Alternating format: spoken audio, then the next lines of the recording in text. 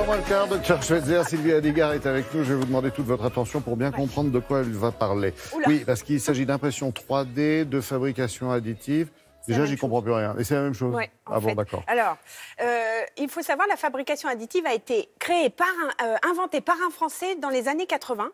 Alors, elle arrive, après, elle part un petit peu à l'étranger, on va dire, elle est développée à l'étranger, puis elle revient dans nos ateliers dans les années 2000 et même dans les ateliers de bijouterie à partir de 2010. Alors, qu'est-ce que la fabrication additive? En fait, c'est la fabrication d'objets par addition de matière, couche par couche. La matière en couche est en poudre. La matière qui est déposée par une machine, un laser, et déposée par couches successives les unes sur les autres. Vous faites ça parce qu'il n'y aura plus besoin de la main de l'homme, justement? Ah bah si, il y aura besoin quand même. D'accord. Alors en fait, c'est vrai, très bonne question, Laurent, parce que parce que moi ça me préoccupe, ça. Je me dis, mince, c'est une machine qui va fabriquer des choses que nous, on va porter ou qu'on va voir ou qu'on va avoir chez nous, même des maisons.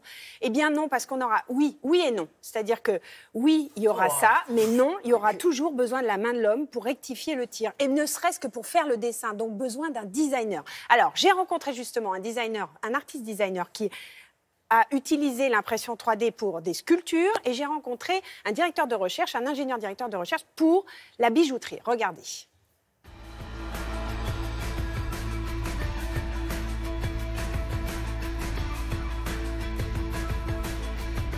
J'utilise le principe de la fabrication additive dans des projets d'art contemporain parce que ça permet d'ouvrir un champ créatif sur de nouvelles formes, de prototyper les idées que je peux avoir dans la tête et surtout de gagner un temps précieux quant au résultat final. L'œuvre In Memory of Me, qui consiste en la réalisation de sculptures à taille humaine, reproduisant des gestes de selfie, des gestes universels, utilise la fabrication additive à partir d'un modèle vivant, comme le faisait Rodin. Je choisis un modèle vivant, ensuite ce modèle est scanné dans une cage constituée de 120 appareils photo. Ça produit un fichier numérique qui est retravaillé, donc ça s'appelle du sculpting numérique, avant que ce fichier soit envoyé aux machines qui vont produire la sculpture, ou les différentes pièces qui vont constituer la sculpture.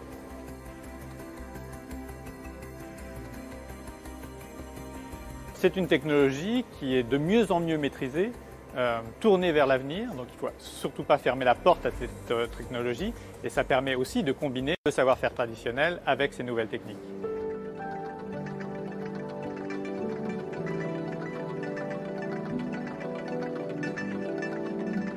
Avec cette technologie, on peut faire des choses qu'on ne peut pas faire avec les techniques traditionnelles. Donc il faut voir cette technologie comme une technologie complémentaire et non pas venir en remplacement des technologies traditionnelles. Cette bague, vous voyez, elle est complètement mobile, donc fluide. C'est ce qu'on appelle une bague serpent. Elle a des petits axes d'articulation à l'intérieur, mais ça, on ne peut absolument pas le faire avec une méthode traditionnelle. J'ai emmené la pièce brute, telle qu'elle sort de la machine. On s'aperçoit qu'il y a tous ces petits supports donc, qui sont propres à ces technologies, qu'il faut enlever, et il y a encore beaucoup de travail manuel pour arriver à ce produit fini.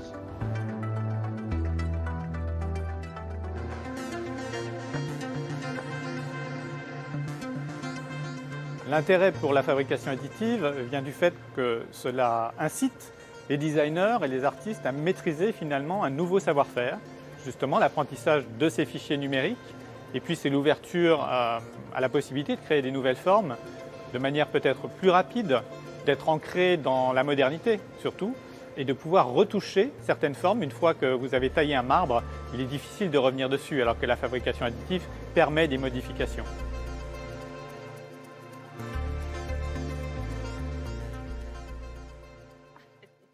En fait, la fabrication additive, ça permet de faire des choses qu'on n'aurait pas pu faire sans. Exactement. Vous voyez le bijou qui est complètement mobile. Mais oui, ça, c'est joli. La main de l'homme ne peut pas le faire toute seule. Donc la fabrication additive, elle sert à ça. La sculpture, les sculptures de Stéphane Simon, c'est les poses des selfies. Oui. Et bien ça, pour recommencer bien le geste et tout ça, la fabrication additive, elle est géniale pour ça. Sinon, ils vous prennent vous pour faire le geste. Oui, moi je fais beaucoup de selfies, c'est vrai. Alors, Stéphane expose son travail du 13 au 17 juin à Enghien-les-Bains. Voilà, à l'occasion de la Biennale internationale Les Bains numériques.